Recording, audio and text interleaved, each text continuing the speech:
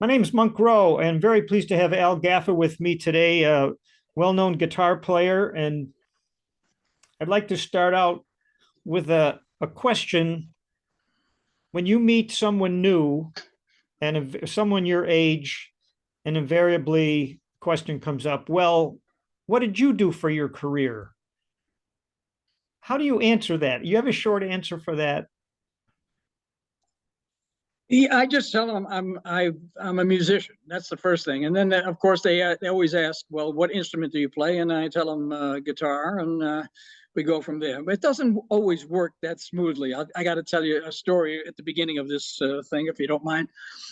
We invited a couple over the house at one time, and that same question came up. He said, "What did you do? What do you do for a living?" And at that time I was playing the Broadway show Annie. So I said, I'm a musician. He said, oh, what instrument do you play? I said, well, in this show, I'm playing guitar and banjo.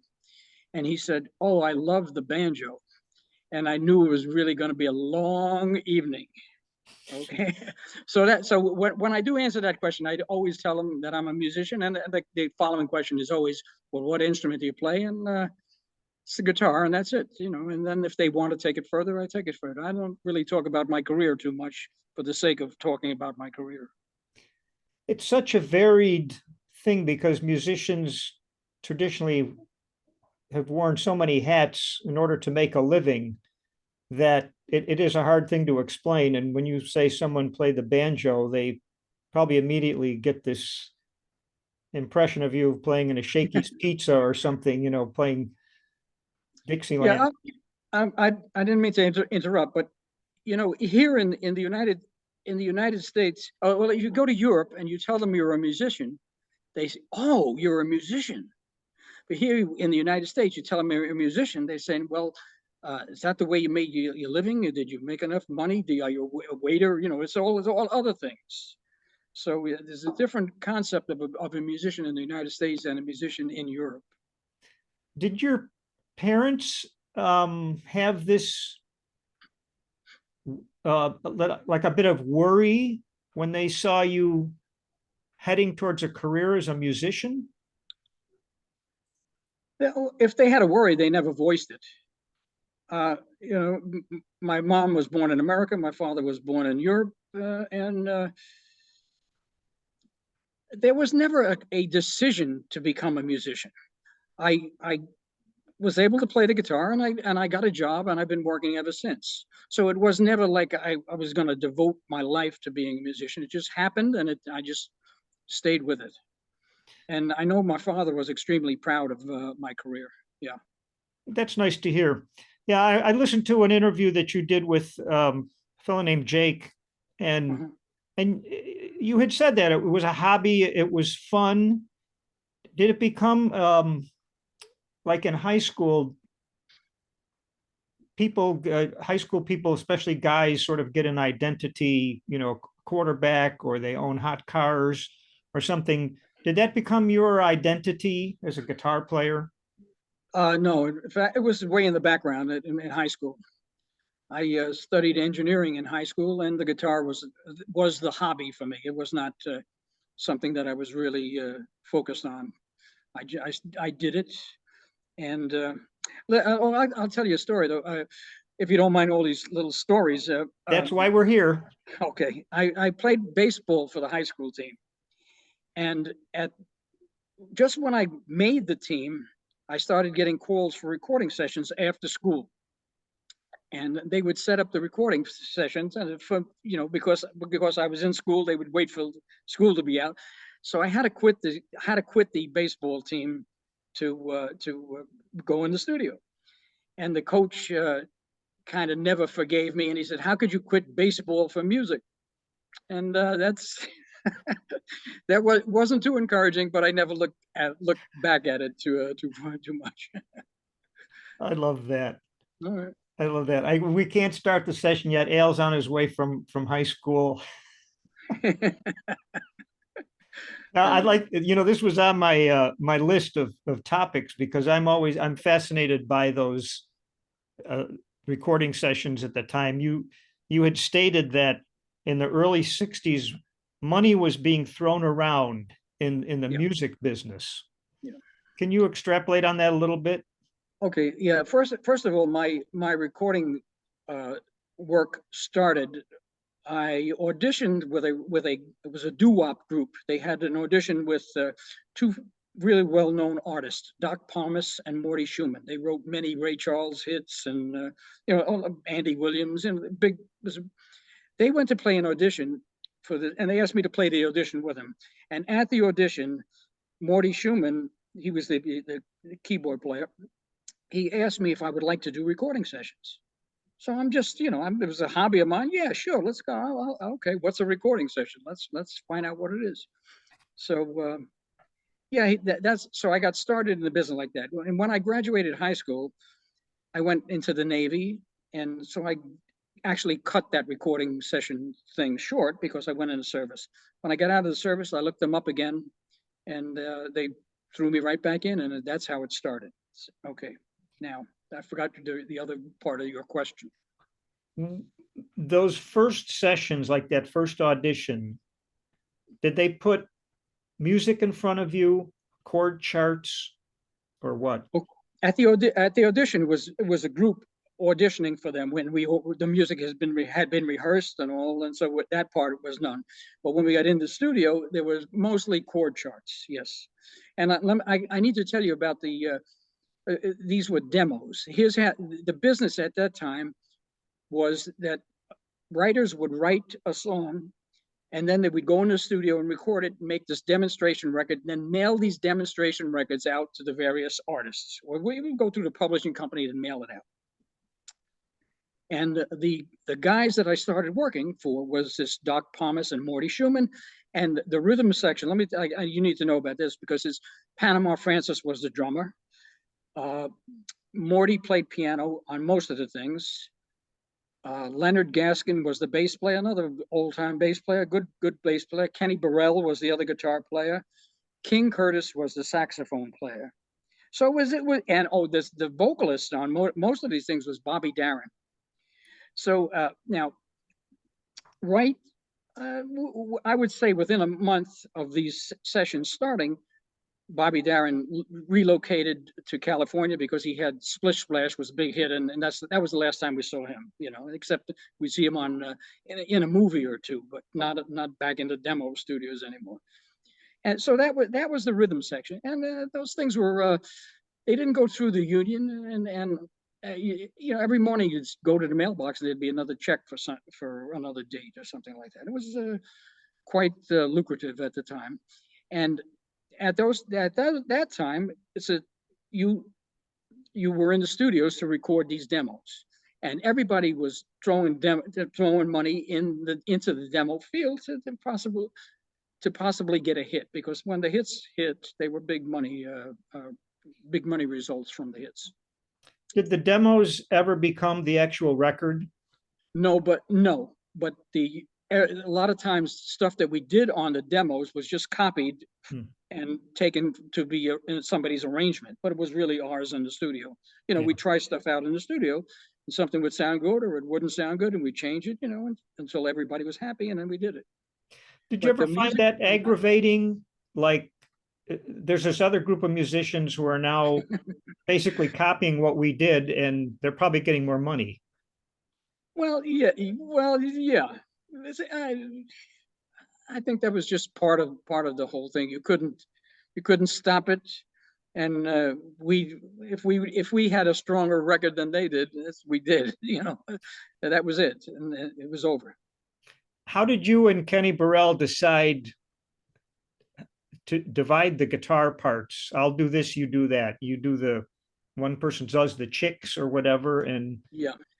I was the chick guy, I think, and Kenny was the rhythm guy, and yeah, that's a good way to describe it. Yeah. Did ego? I'll rephrase. Was ego allowed in these situations? There were egos, but not not in the sense that your question is saying you do this part because I can do it better. There was never anything like that. And if I was playing something, the other musicians, I'm not saying Kenny wasn't always on it. Sometimes I was the only guy on it. And if they like what I played, okay. If they didn't like what I played, try this. I'll try this. And so egos would only get in the way. Mhm. There were a lot of guys that had different kinds of egos, like the drummer for Aretha Franklin, Bernard Purdie. Bernard I Purdie. don't, you know that? Yes. So when we go into a studio, Bernard Purdie would set up all these music stands, and he have these signs that he used to carry around. Bernard Purdie, hit maker, and all kind. Like he would just stack them up. So that was his ego showing. But you know what? He backed it up with music. He was a really fine drummer. You couldn't. His ego was worth every cent of it. I imagine he would sort of butt heads with a producer on occasion because he knew what was needed. That's so far back, and I don't ever remember that happen, but it's so far back that and I'm not sure that it didn't happen. Okay. Is it safe to say that you and your other musicians needed to be musically satisfied because you played just what was required and no more?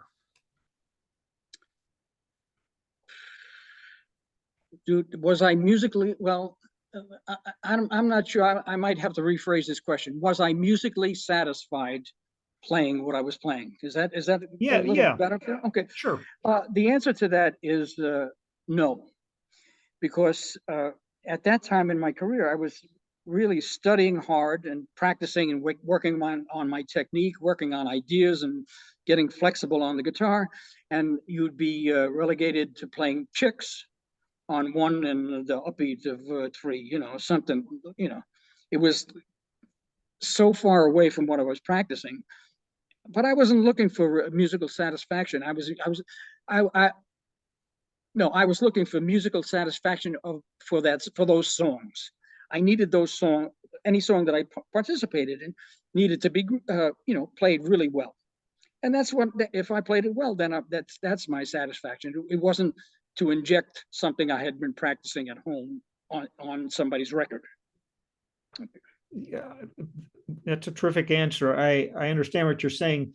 And when you say you were practicing at that time, what did a practice session normally include for you? Did you focus on one song at a time or learning new chords or pick? I focused on technique.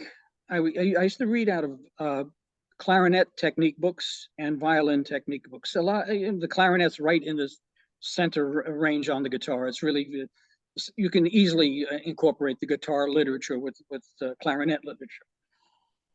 And so I would be working on technique. I would be working to get the cleanest technique that I could get. I didn't want, if I played a note, I wanted the note to come out. I didn't want like some kind of thud in the background in a passage, And I worked on that. And I didn't work on songs. No, I didn't work on songs. But when I first started playing, I worked I got a job at the Playboy Club. It came to another guitar player who was leaving. And it was a trio job. It was guitar, bass, and piano. The piano player was Monty Alexander, and the bass player was Bob Cranshaw, and the guitar player was me. I thought I knew something about the guitar from doing all that studying and playing. But when I get in that jazz situation, those two guys used to beat me up physically, musically, every night because they were such proficient musicians. They were just off the, I couldn't figure, I used to go home at night and figure out where they knocked me out in every tune that they knocked me out. And there was a regularity there. So that, as for learning tunes, I learned those kind of tunes and through them. And I learned all the different, I didn't learn all the different, I learned different directions to take with harmonies and changes. And that improved. I started to be able to incorporate some of the studies that I did on clarinet and violin, just because I had the technique to manipulate between changes. So it was really on-the-job training, but heavy on-the-job training by good trainers. That's how I began. If they called a tune one night, let's say, what a difference a day makes, and you didn't know it, so you went home to learn it. First of all, how'd you access that tune? Did you have fake books? Okay, but let me.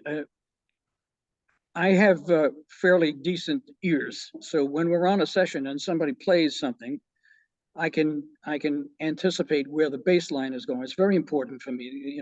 The bass line is the key to the thing, and so you hear the harmony on the top, you hear the bass line on the bottom, you almost know where the next change is going to go. Okay, so I'm I can anticipate where it's going to go, and I'm ready for it. But Bob and Monty every once in a while would change that direction, and I'd be playing where I think it would go, and they'd be playing where they wanted to go. It's big, so that's the kind of studying I had to go home. I didn't have to learn those tunes, and I knew tons of tunes because I used to play jobs with another guitar player and his wife, who was a singer. And singers sing 50 tunes a night, and so your repertoire builds on on the past. Yes, and you often learn them in different keys, depending if it's a guy or a girl. Yeah. Right. Yeah. I had an incident once it always sticks in my mind playing it was a rock band, but the guitar player was just played the most beautiful chords, and he played something one night, and I asked him what it was. What chord is that? Because I play piano also, and he held up his hand. He said, it's this. And I said, well, that doesn't really help me. Can you tell me what the notes are? And he really couldn't. He would had to laboriously look at each string and figure, oh, okay. But I don't really have a question here, except that guitar seems to be an instrument that you can play a lot of hip chords and so forth, and maybe not know exactly what they are. Is that a fair statement?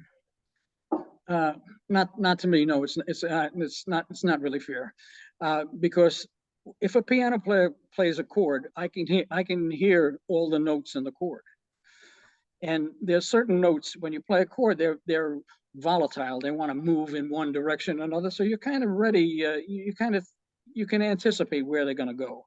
If you're wrong, you have to make a minor adjustment to fix it, and it's not a big deal. Or on the guitar, if I'm playing a 3-note chord, and I hear that one of these notes is not the same thing, I just stop that note from ringing, and it's over. And it's the time is it's such a short amount of time. Most people would even hear.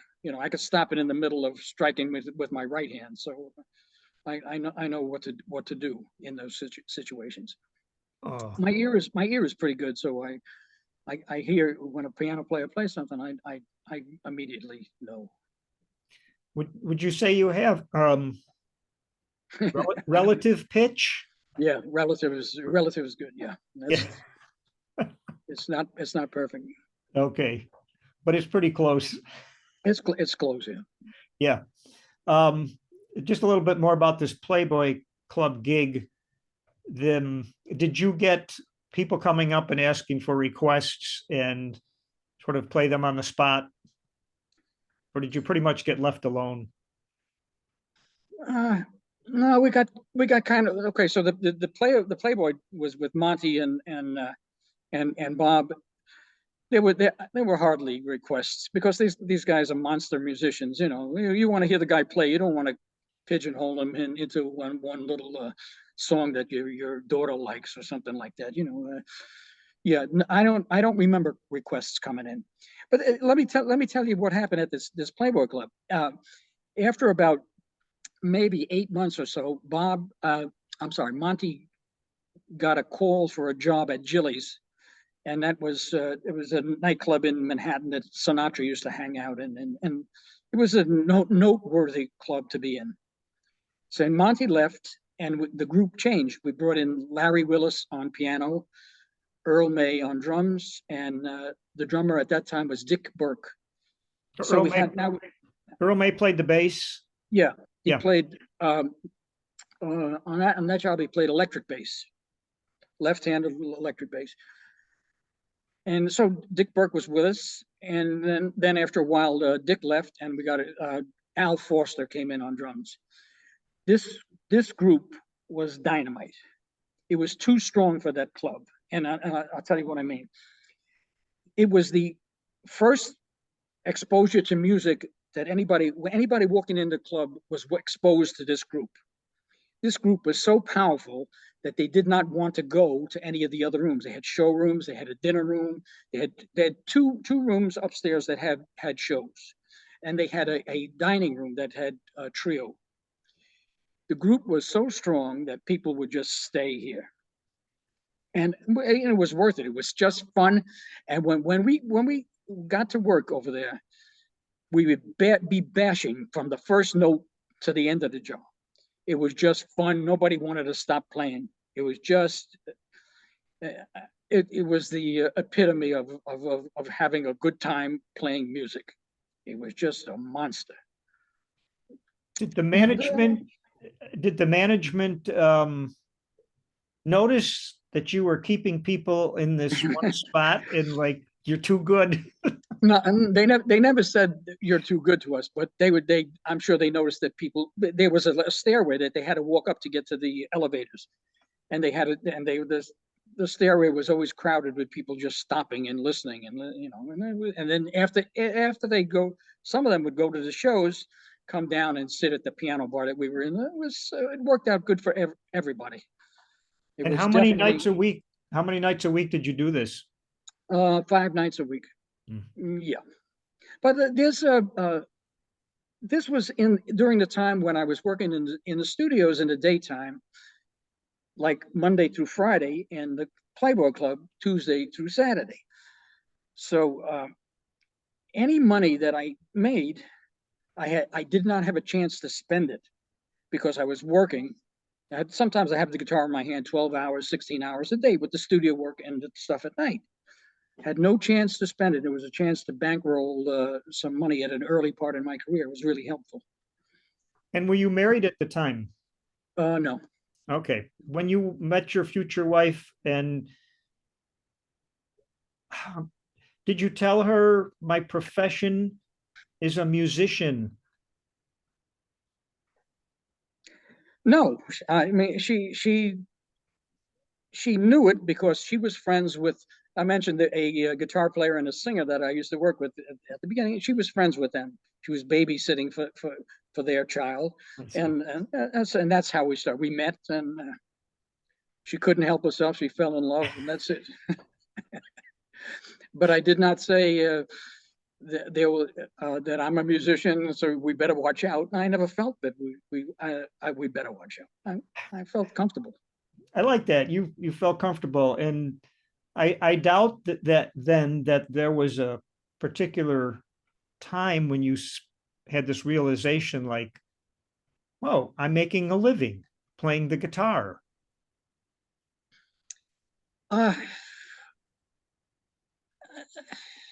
Yeah, it's there's a lot of we were in positions sometime where I wasn't sure, how much work was coming in. I could see the work coming to an end in a couple of weeks, and would something fill in? And it always did fill in. So there was never that unease about not being able to make a living. Did you ever have to have, quote, well, you had a day gig in the studio, but did you ever have a non-music job along the way? Yeah, but it happened much later. It happened after Dizzy. When I came off the road with Dizzy, I got very busy in town. I started working with a lot of singers. So I think of myself as an accompanist, and singers need to have somebody that knows how to accompany them. They don't need to have somebody drag them along playing chords behind them. And I have an understanding of lyrics. And when I play, if I'm playing the melody of a song somewhere, I'm not playing the melody. I'm playing the lyric. It's very important. And singers seem to realize that when I'm working with them. So I started working with a lot of singers in town, and after a while, they started dying. I mean, physically dying. They were Sylvia Sims, Johnny Hartman, Sammy Davis, uh, Susanna McCorkle. You know, I mean, they were passing by, and I said, how am I? I'm never going to be able to fill that spot. Music was starting to change then. Also, good singers were getting less and less. It's almost like today. I mean, when I was busy, you could name 20 singers. Now you might stop at 4. You know, it's just a whole different. It's a different ball game. So, but these singers started dying, and I said, I will not be able to replace what I have.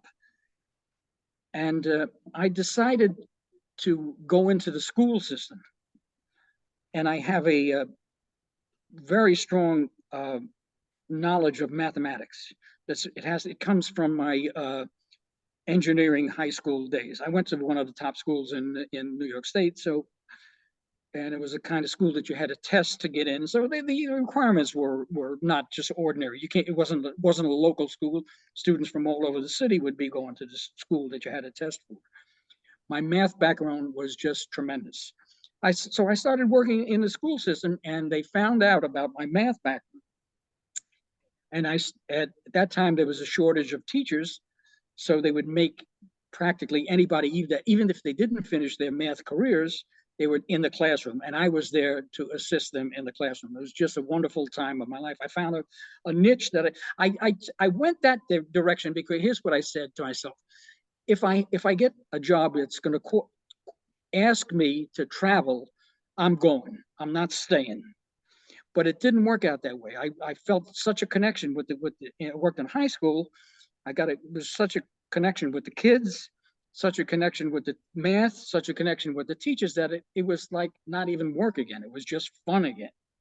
So I had fun, and then I started subbing at the theater. So doing a day over there, working at the theater a couple of nights a week, and it kept on. Yes, I did have a day job, but it was something that I loved. It was really fun.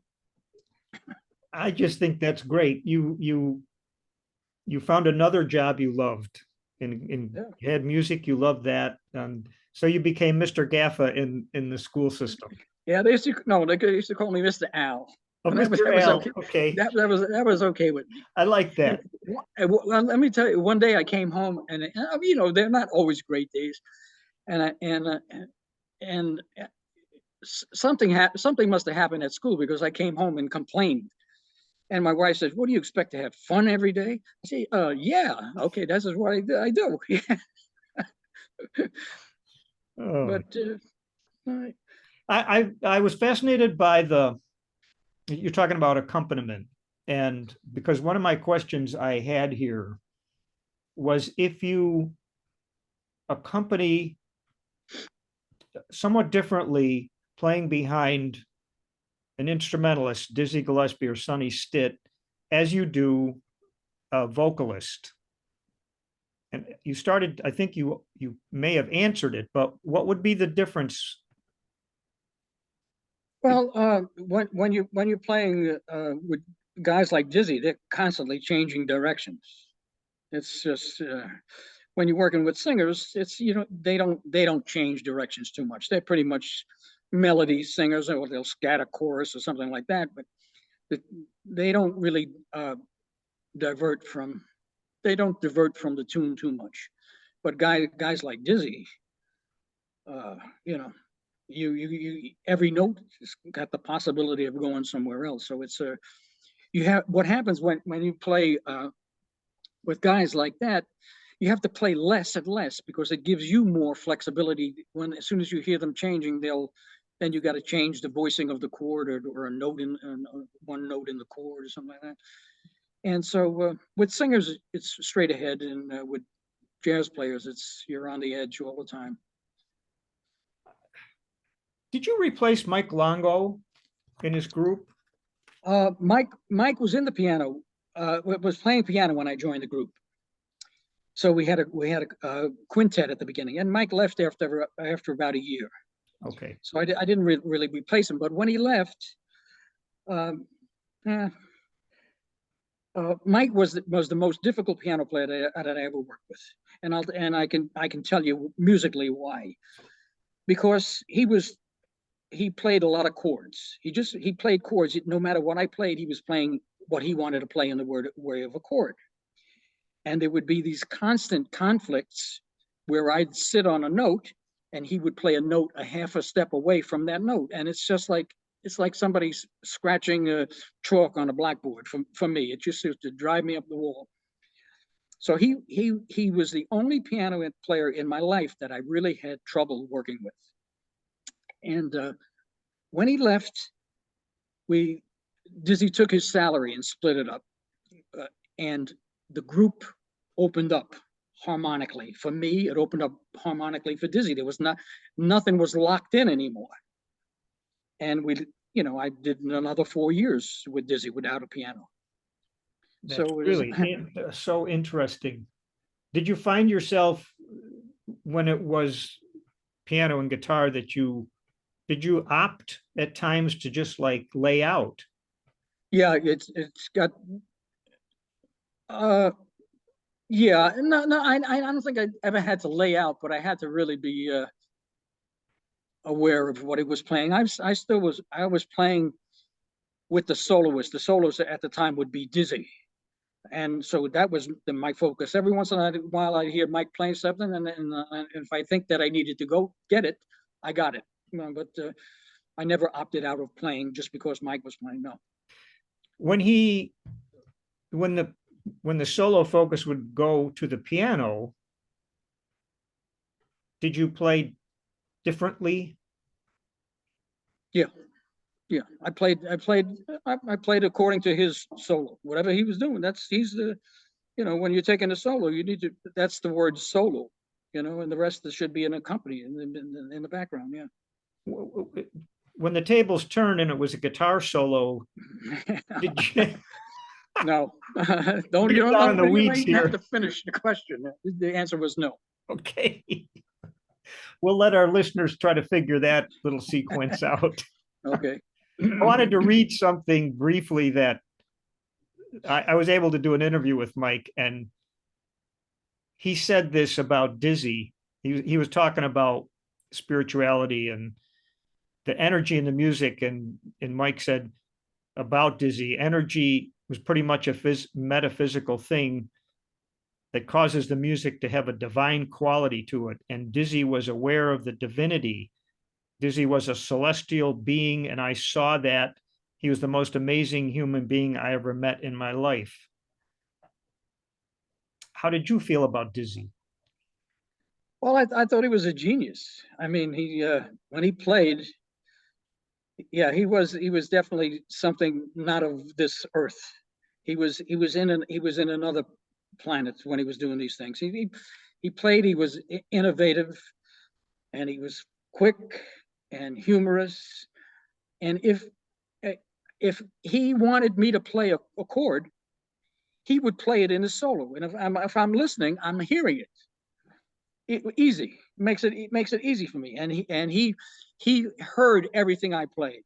I don't know how he did that, but I'll give you an example. One night I changed a chord in an original composition. I changed one note in the chord for it's like a bar, maybe 2 bars. At the end of the set, he said, "Do you want to change the chord to that?" I said, "I didn't. You know what? I'll be very frank with you. I didn't know he was listening that close, but he was." And I said, "No, I don't want to change that chord. I just wanted to try it out and see what it." I never did that again. So he heard everything. He played everything, and he loved to play. He loved to play. It's at sound checks in the afternoon before opening up, we'd wind up starting a tune, and then pretty soon we're playing a couple of tunes, and because he loved to play, and he was very free with his knowledge, and it was a really astounding 5 years. Yeah. There's a very humorous story in Bill Crow's book of jazz anecdotes about Dizzy doing a Latin number and the bass player was just supposed to play one note on a particular beat, and he lost it, and et cetera. It's a fairly long story, but I wondered if playing Dizzy's Latin repertoire was something new for you, and was it an adjustment? It was not new, and let me tell you, we were playing a bunch of my tunes also. So yeah, there was no, Dizzy had arrangements on let's say like one note samba. He had his arrangements of one note samba. I didn't play my arrangement of one note samba. We played his arrangement. Right? So everything was it was not new, and you try to be as creative as you can every night. You can't always do that, but you try. So no, it was not new. It was some old, not old hat, but it used to change every night. The solos would change every night. How was he different from as a leader from, let's say, Carmen McRae? Oh, I knew you were going to bring this up, because this is a really, we're talking about uh, the sound checks in the afternoon of a new job. Anytime not anytime, every time I went on a new job with Carmen, she would get into an argument with the club owner or the manager on the afternoon during the sound check about something. Maybe the lights in the dressing room are not right. Maybe the dressing room needed to be dusted, or the rug needed to be vacuumed, or this or this. We would start every job with tension. But once she hit the stand and started singing, we were in a different atmosphere. It was over. There was none of that ever came to the forefront in her performances. And so when I left Carmen, I got the call for Dizzy, and I'm saying to myself, is this going to be more of the same? And it was absolutely 180 degrees in the opposite direction. It was beautiful. So it was fun. And I need to tell you, this first job that I worked with Dizzy, this is with the quintet, was some joint in Cleveland or something like that, I think. And at the end of the first set, I had never seen his music before. He just called me and we went out. We got on the airplane, and so the music is in front, and I played it. So before the second set, I said to him, I said, "You want me to change anything that I'm doing here to help out here?" He said, "If I played the guitar, I would play it like you." So that's like, okay, that's a big relief off mine. I don't have to be tiptoeing around anything. And he was just that kind of he was just inspirational that's really inspiring for a musician. Go ahead and play. You play whatever you like. Yeah, it works. It's good. It makes the job easy. Terrific compliment. If I Yeah. played the guitar, I'd play like you. Well, I don't think he meant, or maybe he meant, maybe that has some other connotations in Okay. it. Did he talk about his Baha'i faith much? Not he was never preaching to us. We were always aware that he was a Baha'i, yes. Mm-hmm. And one time we went to Israel and we went to Haifa, and he thought he was in heaven over there. It's like, because that's that's, I think, the center of where Baha'i came from. But he never tried to inject Baha'ism upon us.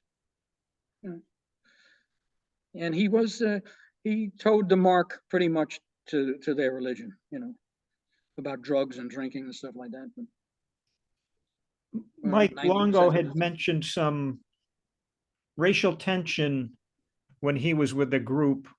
I think the times, the late 60s and early 70s, from a social standpoint, there was some things that crept into the music business, but I wondered if you ever experienced, because it was a mixed group, and any issues. Never any issues with the group. Absolutely no issues at all. He was around when my first daughter was born, and he was, and so there were no racial issues in that group. Happy. Every once in a while something would come out, but it would be from a foreign entity, not the group. Glad to hear that. And what did your kids? You have one kid, one I child. have two daughters. Yeah. Mhm. So do I. And Okay. do you? What did they think of your profession? Now they absolutely love it, you know, and they were always aware that I was a guitar player. My youngest daughter had wanted to become a singer. She was a fairly decent singer, and I didn't want to discourage her because this is a tough business. I'm not kidding. This is a really disgusting business sometimes. And for female singers in it, it's even worse because everybody promises them everything, but they don't come through. And so I didn't want to discourage her from becoming one. And she went a year and a half to purchase college and studied music. And then the college was just too much off the New York scene for her. She loved the New York scene. She loved the cabaret scene in New York. She loved the club scene, not the cabaret scene. She loved the club scene in New York, and Purchase, New York is, the lights go out at 8:30, I think, over there. But so that was not for her. She did not stay. But she came back home. I lived pretty close to a college, and she enrolled in the music program at the college. And of course, I volunteered to, make a stop in, and I did a performance with her. It was absolutely.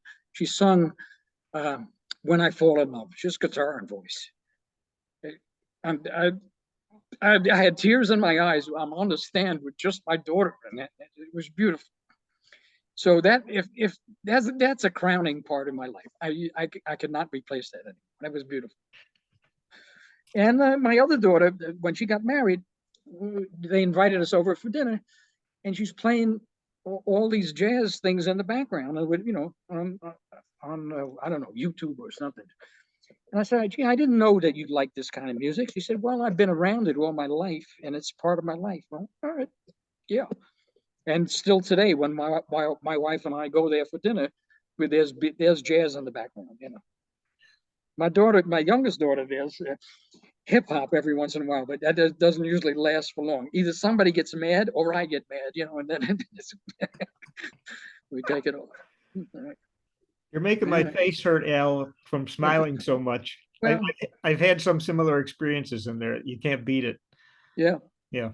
You mentioned that Dizzy included some of your compositions in his repertoire, and I enjoyed some of the selections from your 1976 recording, Le Blonde Beach. Yeah, thank you.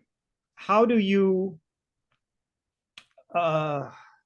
compose? And do you compose on purpose? Like, I think I'll write a song today. Oh no. Okay.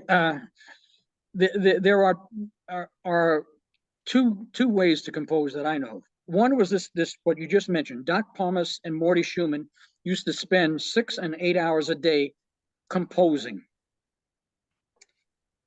and I didn't. I would find stuff while I'm practicing or playing, and then I'd start to develop it, and I develop it into. It would just naturally develop into a tune. So my composing thing comes from practicing and having the guitar in my hands. And the reason I started composing so much is that when I joined the group, we were playing a lot of Mike's tunes, and we would play them over and over and over again. And I was bored playing the same tunes over and over, so I started writing. And what I started writing fit the group. When I'm in a group situation for a long time, I can write for the strengths of the group. It's very easy. It's just because I'm thinking about that group 24 hours a day. And then you think about, well, maybe this might work. And then you develop it, and it does work. All right. So I started writing a little more when I was with Dizzy. That was not the first. That was not my first experience with writing. I used to do a lot of demo dates. I used to do a lot of demo dates for a publishing company. It was called Scream Gems Columbia Music. And one of the producers said, Dwayne Eddy is looking for material for an album. So I said to myself, I could probably write something for that guy. He's like a hack guitar player. I can write that. So I didn't really say that, but Yes. I thought, well, I could write something simple for this guy to play, and I did. My first composition that I ever presented to anybody was recorded by Dwayne Eddy, and it was called "Laughing Guitar." That wasn't not my title. Somebody wrote lyrics to it, and it got recorded. And then when I was at the Playboy Club with Kai Winding, I wrote another thing called "Dirty Dog," and Kai Winding played it on his, so my stuff has been recorded before Dizzy. Dizzy was just easier to write with Dizzy because we were working 200 days a year, and I'm looking to always play some new stuff. Did you ever get, or do you ever get checks in the mail for things that you have written? Yeah, true. But you know what? They are royalty checks, and after 30 years, if you don't have a really tremendous smash, they get smaller and smaller and smaller and smaller until they're not worth the paper that they're small right now. You can't buy a pack of cigarettes. Even if you smoke, you can't buy a pack of cigarettes. Yeah, the checks get smaller and the prices are going up. Yeah. Well, that's right on. That hits the nail right on the head. Yeah. Well, I'm sorry. Yes, I still get royalty checks for writing and publishing too. Yeah. Well, the tune that's on that Pablo record, Barcelona, is so listenable. It's and when you mentioned your composing oftentimes comes from practicing, I can almost picture how that might happen, that you're doing some technique thing on a chord and then you find yourself playing this other chord. Absolutely. Now it needs a release, and it's lovely. Thank you. You know what? That happens to be my favorite composition, and I got only one bad break on it. Stan Getz wanted to record it, and Stan said, "Give me the music. I'll record it." So I gave him the music, and then 2 months later he passed away. But I would have loved to have him record it because he had all those records with Chick Corea, and this tune was the both of them together. And that's what I would have loved to have him do that. And it's been recorded by Al Haig and I think Steve Kuhn and me and Dizzy, and so it's my favorite composition, and it was created exactly what you said before. I tuned my bottom string to a D, which is like a whole tone below the standard tuning, and I always play with it like that. And I'm using the 3 open strings on the bottom, and they're vibrating constantly on the bottom because I'm striking them, and then I'm changing the voicings on the top. And so this thing just started with like a D major to a D minor to an E major to a G minor. It's just like just moving down, and it just felt so good to play. And so there's a continuation of this story. When I finally got it all together, and even the bridge has the same bass pattern. Through the same bass pattern is completely the same throughout the whole tune, except from one little vamp, but it's still open D and A in the bottom. It's just I hate to say it, but it's a really good tune. So we were on the road. We were doing a tribute to Charlie Parker, with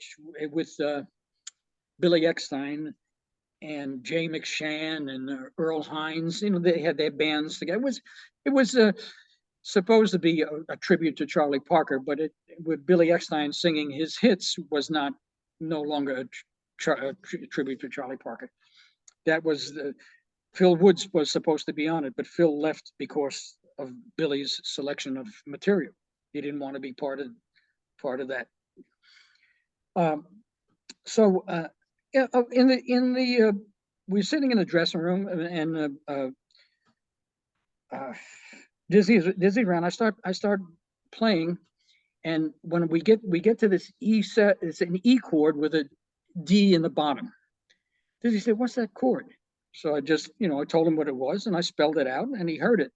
And that's the thing I think that got him interested in a tune. And then we rehearsed it and it became part of the repertoire. How do you write out your tunes if you want to publish them? And how much of it gets written out? Because I know sometimes guitars use tablature, No, but if you wanted to write a lead sheet, do you? yeah, you write a lead sheet with the melody and you write it with the changes above it. And that's really good enough for the publishing part of it. For the Library of Congress is good enough. Yeah. I see. Yeah. Did any of your tunes ever show up in the many fake books now on the market? No, no, no. I wonder why. I don't know.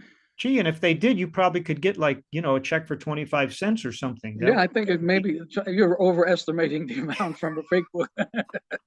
Yeah, I would love to have this tune. You know what? I met a guy in Dallas one time. He said whenever there was a jam session, guys would play Barcelona. So that's pretty nice. It's a logical tune. It's a smart tune, and the changes are not. The changes are logical. The harmonies it feels good to play. I'm not just saying that for myself. It just feels good to play. I would enjoy playing it even if I didn't write it. Okay. I'm looking on your list of recordings you've done with other people, and it's interesting that goes from Carmen McRae to Paul Simon, and then there's an entry here about the Monkees. Uh-huh. Well, that was in my studio days, probably in somewhere between 64, 68 or something like that. And the Monkees were a hot group and they were in the recording. And I got a call to go in and do this. It was a demo that stayed on the album. So that's my recording scene with the Monkees. We did two or three tunes and in a small studio, not a big studio. And they ended up on several of the albums. Interesting. Not that much different from those early demos you did. Absolutely. Yeah. Right. Yeah.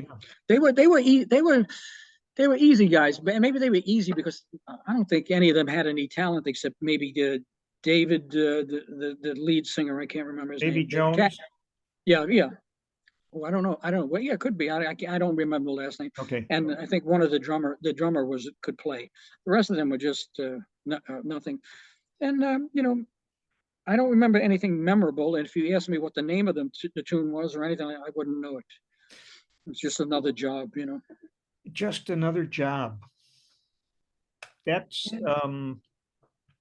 a lot about what music career is about, isn't it? Yeah, I think you're probably right there. Yeah. No, you know what? I've been lucky because I've been lucky to be in more permanent situations than not. I'm in a lot of, and when you're in a permanent situation, you can really grow. You don't have it's because it's there. It's going to be more of the same the next night, and you can improve on what you got. Otherwise, if you work a job here and you don't see the same musicians for another 2 months, it's like a whole new ball game. As opposed to, that's why I say I enjoy working with the same groups because I can write into the strengths, I can play into the strengths, and by doing both of those things, you can raise the level of the group a lot too. So let me get back to the Paul Simon thing.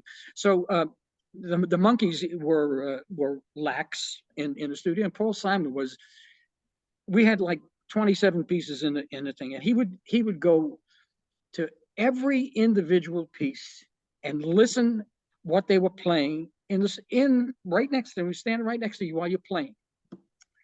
So a record or a tune that would normally take 20 minutes would take 3 hours because we had a vast amount of musicians, and it was more tedious than anything. But you know what? He produced great records all the time. So that was his way of getting exactly what he wanted. And he would make these little changes, and you do it, and that's it. Would he make changes in things like the horn or the string parts? He'd like walk around and listen for something that, Yeah, yeah. He'd listen to everybody and suggest something or not suggest something. I can't remember who one of the Rangers was. I would be guessing, but anyway, that's what he did, and his records were just marvelous records.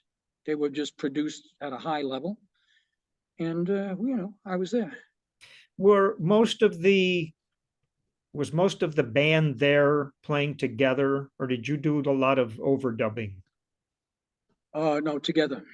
I don't know what happened after we got out of the studio, but the band played together. Yeah, And because but Paul was a decent guitar player, and yeah.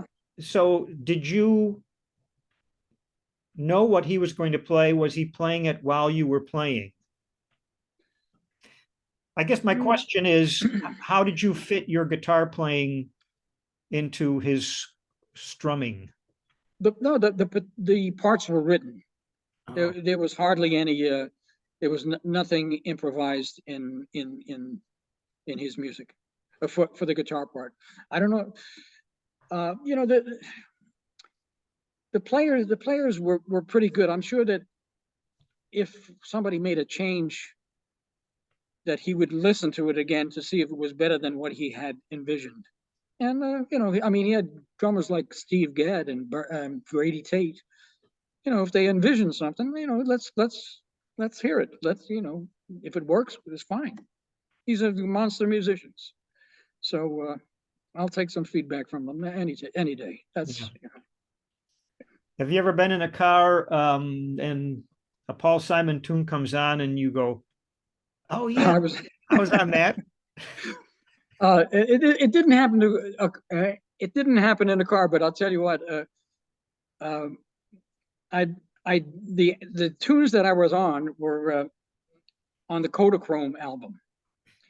So I was at this community that I live in. They had a guy come in the other night and sing tunes and play guitar, and I turned to the woman next to me and I said, I was on that album. So not in a car, but in in another situation. I love that. I love the outro, the end of Kodachrome, man. That thing is rocking. And there's that Yeah, piano part. yeah, yeah, yeah. Who Yeah. was that? I don't know. She I don't know. The only guys I know were Steve Gadd and I think Crancher might have been on one of the dates. Richard Davis, do you know that name? Richard Davis, sure. bass player. Yeah, Yeah. he was on one, I think. Hubert Laws. Oh, Yeah, it was. Yeah, Jerome Richardson. I'm starting to get the picture now. Jerome Richardson, maybe. Uh, I don't. Joe Newman, trumpet player from. I think he was Joe Newman, maybe with Basie at one time. sure he Yeah, it was. was. It was. It was good. Yeah. Did you I ever sit in this in the guitar section with Bucky Pizzarelli? Only on one date. Yeah, it was for a piano player by the name of Charles Coleman. I don't know anything about his career anymore. Charles was one of the players at the Playboy Club when I was there, and was doing this date, and he had me called in for that date. Bucky was the other guitar player on it. Yeah. I see. Well, going back to those clarinet etudes, you playing on the guitar. Your reading must have gotten pretty strong. I'm wondering if you ever found yourself in a situation with a piece of guitar music in front of you, going, "Oh my, this is like I need to woodshed this before I can play it." Yeah. Oh yeah, absolutely. I participated in a rehearsal band with I think it was Adolph Sandoli or Dennis Sandoli, one of the guys, and they had the music was just so difficult. I'm telling you now, in my lifetime, I might not be able to play it at the speed it was to be played at. It was physically not in my capabilities. Maybe someone else could have done, but it would have taken years for me to have that under my fingers and maybe never ever get it. But there was a trumpet player on this. When you brought this up, it's immediately brought this scene back to mind. The music was difficult, and this trumpet player ripped through it like he had been reading it all his life. And it was Bert Collins. Bert was a studio musician and also did a lot of Broadway work, but brilliant trumpet player. And I'm telling you, I was embarrassed to be that far away from where I should have been on that topic. So the studies that I did came in handy, but every once in a while you'd be thrown a curve like that you couldn't hit, or that I couldn't hit anyway. You currently have opportunities to get out and perform? I work every once in a while. I'm working with a trio, piano player by the name of Alex Leonard. He sings and plays piano. He does both of them well. And Jay Lenhart is the bass player. So we just did a concert over here where I live. It was last week. It was the 27th of April. Normally the capacity is around 110. And they had to shut it down at 150 because they had a waiting list that could have reached 170. And it has to do with me because I'm in this community. I'm a really good tennis player, and there's like 90 families in here that play tennis, and everybody in that community knows me because I'm a good tennis player. They showed up. There's an arts group that would show up anyway, whether I was here or not. And the word got around, and they couldn't handle the volume. So yes, I do get out and play, and it's usually with these three guys. But every once in a while, I did a job at a club called the Zinc Bar in Manhattan. It was part of this Guitar Masters series. I did it with Jay and a piano player by the name of Ted Rosenthal. Excellent players, both of them. And I had to do 2 1-hour sets, and both sets were sold out. And it's a nice feeling to go in and have that done. I didn't think I was that popular. I would ask for more money or something. More royalty checks. yeah. Somehow. The guitar players who may watch this interview will say, well, why didn't he ask him about what guitar Al prefers? Have you had a guitar of choice throughout your career? Both from it had to be the one that I used with Dizzy, and I used it with Carmen. I used it with the Playboy Club quartet. I use it almost. It's an acoustic-electric guitar, and that means it's an acoustic instrument, and the pickup there's no holes in the pickup.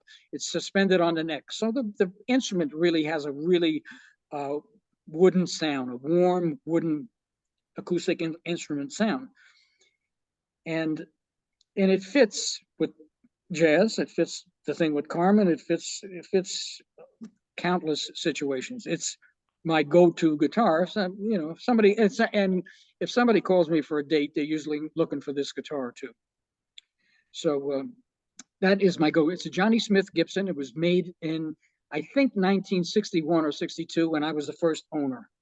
And I bought it. I ordered it. I didn't play it. I ordered it from a music store, and hoping that it would work in the studio because I needed a good rhythm. I had a thin-bodied Gibson that I used, ES 225. It was thin, hollow, but it had not the good rhythm sound that I needed sometimes. And so I bought this in the mail, and at first it was like, boy, the two of us are fighting all the time, This is not giving me what I need here. It's and I spent a lot of money to get it, and eventually I beat it into submission, and it came around, and it's in my bedroom now. It's on, and when I'm on the road with anybody, it's on one of the beds in the room. Okay. It's like out there. It's always there. It is my go-to. I think I read that the Johnny Smith was an influence on you when you first started playing. Is that correct? Yeah, it was. I love the sound that he got. I love the voicings that he got, and I wanted to try to figure out how to do both. Yeah. The Well, technique I could do, the voicings that my fingers were not as long as his were, and mm, not yeah. I got the one part of it, but not the both parts of it. yeah, And so I used to listen to him so much that if I bought a new album, I could tell you what he was going to play before he even played and where he was going to play. I could just hear it, you know. He was definitely an influence in that part of my career. But the other influence on me was Wes Montgomery. Uh, uh, I used to go to there was a club in Harlem called Count Basie's. It used to feature guitar trios, guitar, organ, and drums, and it was loaded with really good players: Wes, Kenny Burrell, Grant Green, George Benson, and a saxophone player Eddie Harris. So I go in to listen to Wes, and I'd listen from 10 to 2 in the morning. Then I'd drive home, and then I would practice another 3 hours or so, because he was so inspiring, and he played so wonderful ideas. I wanted to find out, before I forgot them, I wanted to see if I could find them.